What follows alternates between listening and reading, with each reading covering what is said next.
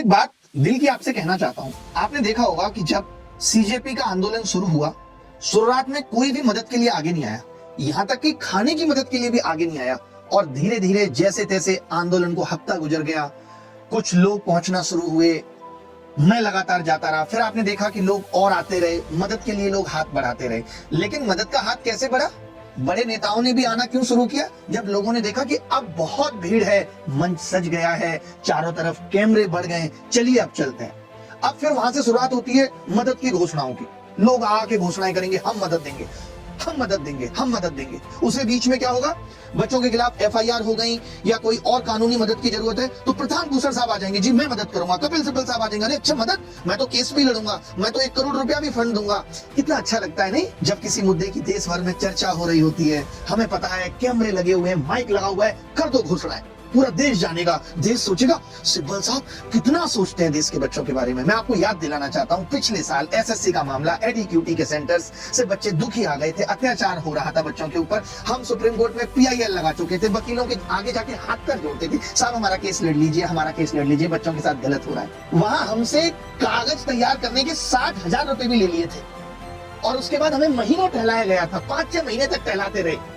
ऐसे नहीं जाएंगे वकील साहब, अभी फैक्ट कमजोर है, अभी फैक्ट ठीक नहीं है, ऐसे केस नहीं होता, ऐसे केस नहीं होता। हमारा समय भी खूब बर्बाद किया गया और इंतजार हुआ, हमारी पीआईएल ही डिसमिस हो गई फाइनली। साहब नहीं गए, कैमरे नहीं सजे थे, माइक नहीं सजा था।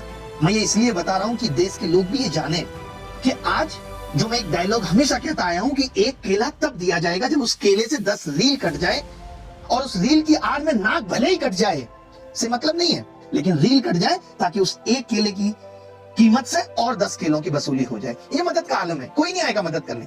और सही भी है, आप भी तो यही सोचते हैं कि वो साहब ने मदद कर दी, हमें कौन सा अप्रिशिएट मिलता है, क्योंकि हम मदद पर्दे के पीछे करते हैं। हमें अच्छा नहीं लगता कि मदद को गाया जाए। हमें मालूम है कि हमने लीगल में कितना पैसा खर्च किया, लेकिन नहीं, क्यों बताना है। अभी सीपीओ का रिजल्ट एसएससी की वेबसाइट पे आएगा, जो पिछले साल बच्चे परेशान थे, आपको पता होगा, उनको जनरल में कंसिडरेशन दे दी गई थी। हमने अपनी जेब से मदद करके उस केस को कैट में लड़ा, और जैसे ही कैट ने नोटिस इशू किया, काउंटर क्लेम मांगा, अब देख लीजिए कि उनका अपडेटेड रिजल्ट आपको वेबसाइट पे दिखेगा। वापस से उनको वो जो पोस्ट चाहते थे, जो फिल की थी, वो मिल रही है। रिजल्ट अपडेट होगा उन 5 से 6 बच्चों का। लेकिन वही वाली बात है कि लड़ाई अगर शांति से लड़ोगे तो कौन पूछ रहा है? कोई भी नहीं पूछ रहा। प्रशांत भूषण साहब को ही ले लीजिए, 2017 का केस, भाई साहब लड़ रहे थे, मामला बहुत हाइप पे था। जैसे जैसे हाइप कम हुई, भूषण साहब की छुट्टियां बढ़ने लगी, तारीखों पे पहुंचना बंद कर दिया। क्या हुआ? आखिरी में नहीं मिला ठीक से न्याय। मैं सिब्बल साहब से भी हाथ जोड़ के विनती करना चाहता हूँ, देश के बड़े वकीलों से हाथ जोड़ के विनती करना चाहता हूँ कि ये दोहरापन क्यों, ये दोगलापन क्यों? कि पिछले साल वाले बच्चे आपके नहीं थे, 30 से 35 लाख बच्चा इफेक्ट हुआ था, अगले साल भी वो बच्चा इफेक्ट होने वाला था, तब आपके पास बात करने का भी वक्त नहीं होता।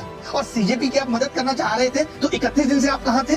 तब आप नहीं आए। अब आपको पता है कि नहीं, अब पब्लिसिटी मिलेगी साहब, अब पता चलेगा नहीं नहीं सिब्बल साहब देश के बच्चों के लिए कितना सोचते हैं। साहब दिल से भी सोचिए, कब तक दिमाग से सोचेंगे? बहुत खराब लगता है जब हम आप जैसे लोगों के सामने हाथ पैर जोड़ते रहते हैं, ठीक से बैठ नहीं पाते, हम सोचते हैं बड़े हैं वकील साहब, पैर भी ठीक से रखेंगे। आप ऐसे ट्रीट करते हैं जब एक विद्यार्थी तबका और विद्यार्थियों के शिक्षक आपके पास जाते हैं कि साहब ये केस लड़ लीजिए, कीड़ा मकोड़ा समझते